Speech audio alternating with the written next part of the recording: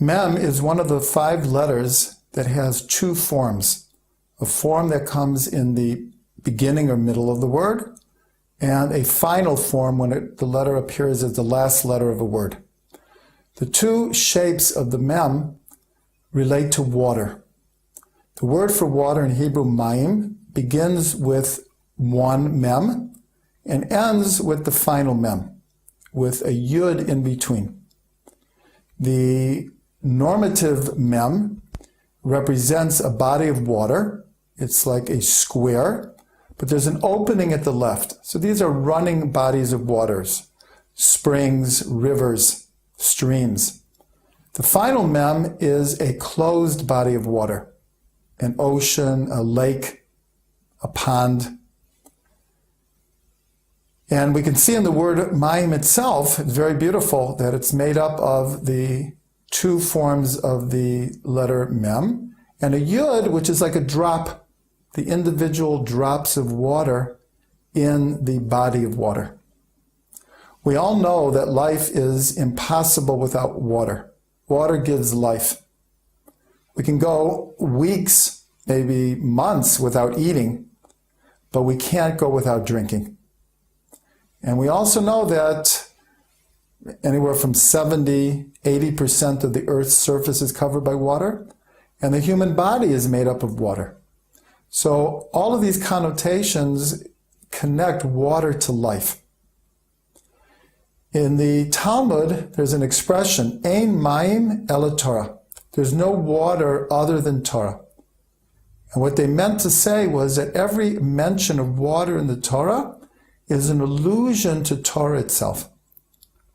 Just like water gives life, Torah gives life.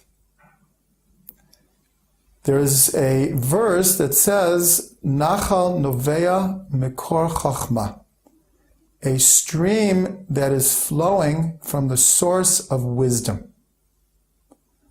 And we're told that, Kabbalistically, that the Torah comes out of the place called wisdom, chachma, flows out like a river. So the letter MEM appears in the word chachma because it is connected to life and to wisdom. The MEM is the 13th letter of the Hebrew letters. 13 spells the word ahava, love. And this is connected to how many poets relate to love as flowing like water. There's an aspect of water that reminds us of love. 13 is an important number because it's the number of what are called the 13 midot of rachamim. The 13 midot of rachamim, the 13 aspects of compassion. Compassion, of course, is connected to love. So the letter MEM is connected to all these ideas: life, love, wisdom, and Torah.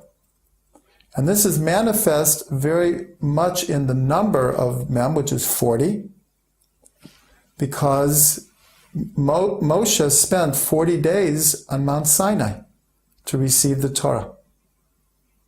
This is not a coincidence. The number 40 represents Torah itself. And because of the shape of the MEM and being a square, as we've learned many times in the discussion of the letters are archetypal forms. So the letter MEM represents the square, which is also a type of cycle, a self-contained cycle. So therefore, we have many, many different cycles in the Torah that have to do with 40. We mentioned one already, that Moshe spent 40 days on Mount Sinai to receive the Torah. In actuality, he spent 3 periods of 40 days, because after the sin of the golden calf, he spent another 40 days asking for forgiveness for the Jewish people, and a third 40 days where he received the second tablets of the law. We spent 40 years in the desert. There were 40 days of rain that came at the time of Noah, when the world was renewed again. And a very, very important connection is that we talk about the 9 months of pregnancy, but it's really 9 full months, which are 40 weeks. The Talmud talks about 40 weeks of pregnancy. And what is the environment that the fetus is in the womb? Water. So in all of these connections, we see that the MEM is a letter of life, a letter of birth and of cycle, of connecting to wisdom.